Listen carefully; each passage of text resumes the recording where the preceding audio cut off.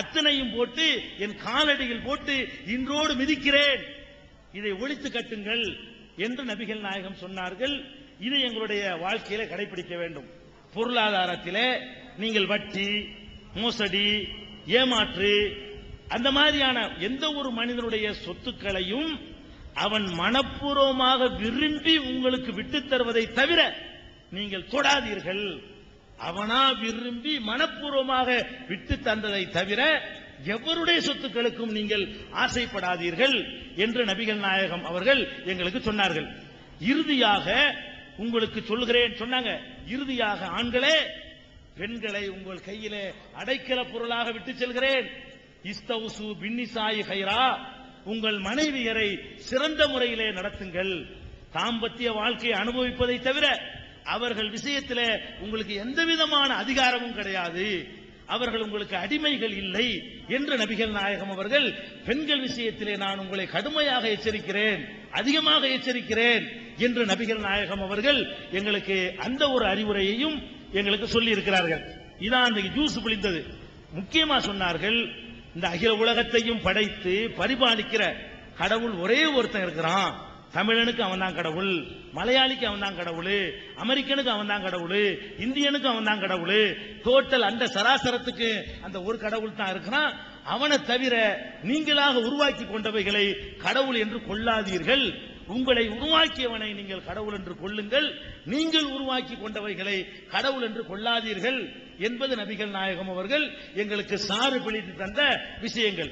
இதன் தொடர்ச்சியாக அதை நடைமுறைப்படுத்தும் விதமாக 5 நேரம் தினசரி தொழுங்கள், வருடத்திற்கு ஒரு மாதம் நோன்பு வையுங்கள், வசதி படைத்தவர்கள் ஹஜ் என்ற கடமையை நிறைவேற்றுங்கள், பொருளாதாரம் பெற்றிருப்பவர்கள் தங்கள் சொத்துக்களிலே 2.5% எடுத்து மற்றவர்களுக்காக கட்டாயமாக வழங்கிவிடுங்கள், முடியுமானால் அதைவிட அதிகமாக தான தர்மம் செய்யுங்கள்.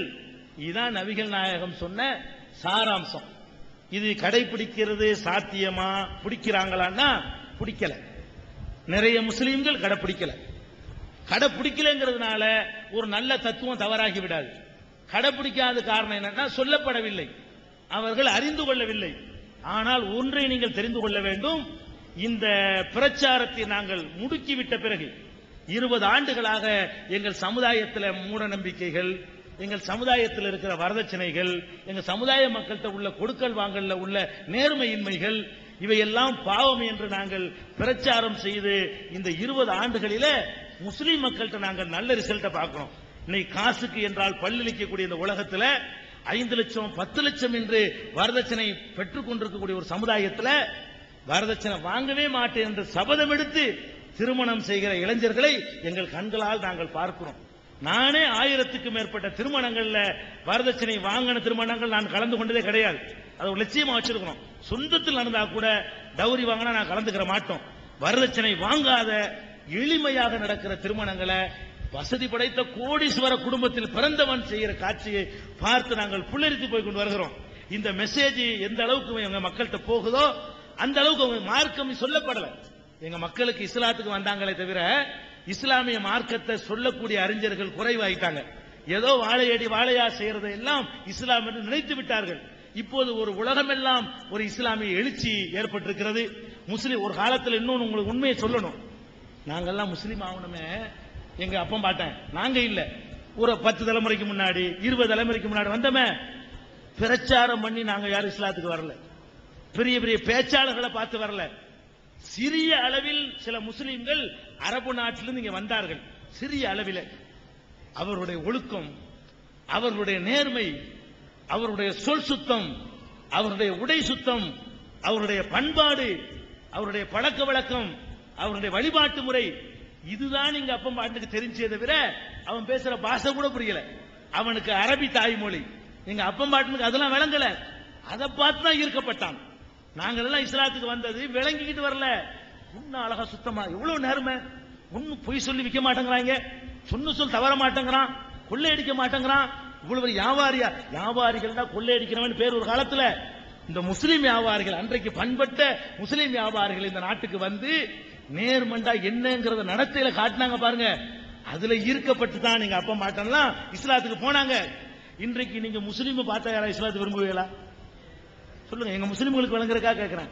எங்க முஸ்லீமுடைய நடவடிக்கையை பார்த்தா இஸ்லாத்தை விரும்புற மாதிரி இருக்குதா? இல்ல.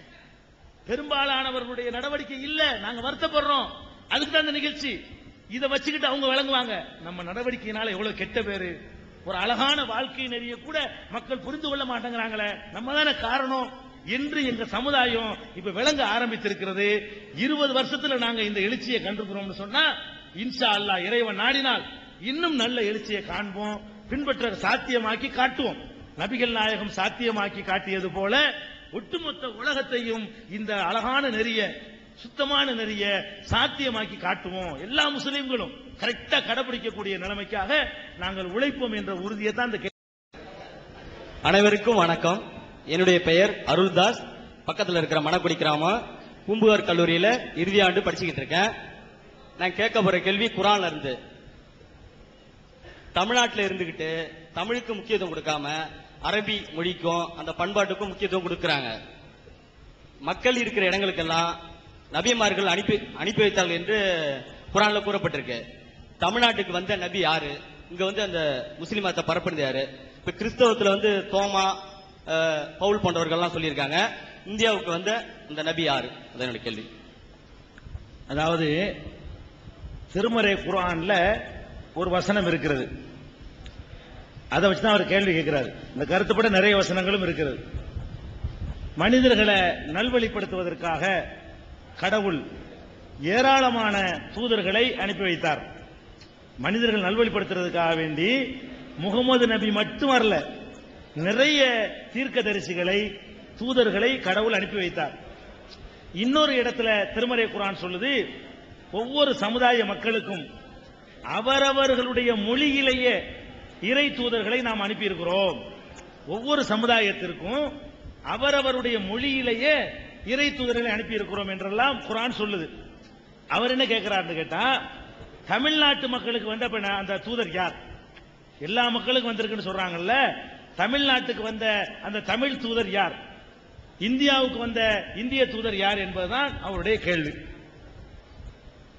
திருமறை குர்ஆன்ல அப்படி சொல்றது உண்மைதான். அதாவது அல்லாஹ் தமிழனுக்கு அவனுக்கு வழிகாட்டுவதற்காக வேண்டி ஒருவரை அனுப்பியிருக்கிறார். ஒருவர் மாத்திரம் நிறைய கூட அனுப்பியிருக்கலாம் ஒரு காலகட்டத்தில். அதே மாதிரி இந்தி பேசுற மக்களுக்கு அனுப்பியிருப்பார், சைனா மக்களுக்கு அனுப்பியிருப்பாரு, ஜப்பான் மக்களுக்கு அனுப்பியிருப்பாரு. ஆனால் அவர்கள் யார் என்று நமக்கு சொல்லப்படவில்லை. கொள்கை அளவுல அப்படி அனுப்பினார்கள் என்று நாங்கள் ஒப்புக்கொள்ள வேண்டும். உலகத்தில் அனுப்பப்பட்ட அத்தனை பேரை லிஸ்ட் போடுறதா இருந்தா அது ஒரு 2 குர்ஆன் அளவுக்கு வந்துடும். ஒவ்வொரு காலகட்டத்திலையும் உலகம் தோன்றி எத்தனை லட்சம் வருஷம் ஆச்சு, ஒவ்வொரு காலகட்டத்திலையும் வந்த தூதர்களை பட்டியல் போட்டு அனுப்புறதா இருந்தா அதை ரொம்ப அதிகமாயிரும், அது போட முடியாது. அதனால யார் யார் என்ற விவரம் குர்ஆனில் 25 பேருக்கு தான் விவரம் சொல்லப்பட்டிருக்கு. குர்ஆன் முழுசு தேடி பார்த்தீங்கன்னா பெரிய அளவுக்கு சாதனை நிகழ்த்திய, பெரிய அளவுக்கு தாக்கத்தை ஏற்படுத்திய, பெரிய அளவுக்கு தியாகங்கள் புரிந்த ஆபிரகாம், இஸ்மவேல், மோசே, ஜீசஸ், தாவீது, ஜோசப் போன்ற நோவா, யோவான், இந்த மாதிரியான தீர்க்கதரிசிகள் 25 பேரை பத்தி தான் குர்ஆன்ல சொல்லப்பட்டிருக்கு. எல்லாரையும் சொல்லப்படல. அதுல இருக்குது, இவ்வளவுதான் என்று நினைத்துக் கொள்ளாத, உமக்கு சொல்லாத இன்னும் பல தூதர்களை நாம் அனுப்பி இருக்கிறோம் என்று குர்ஆன் சொல்லுகிறது.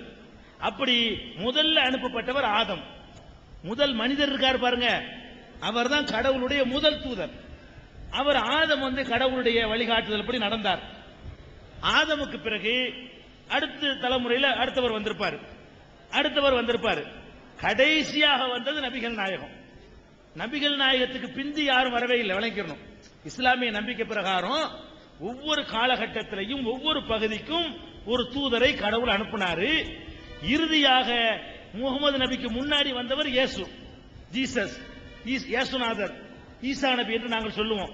முகமது நபிக்கு முன்னாடி வந்த தூதர் ஈசா, இயேசுநாதர். அவர் 2000 வருஷம் ஆகுது. நபிகள் நாயகத்துக்கு 1000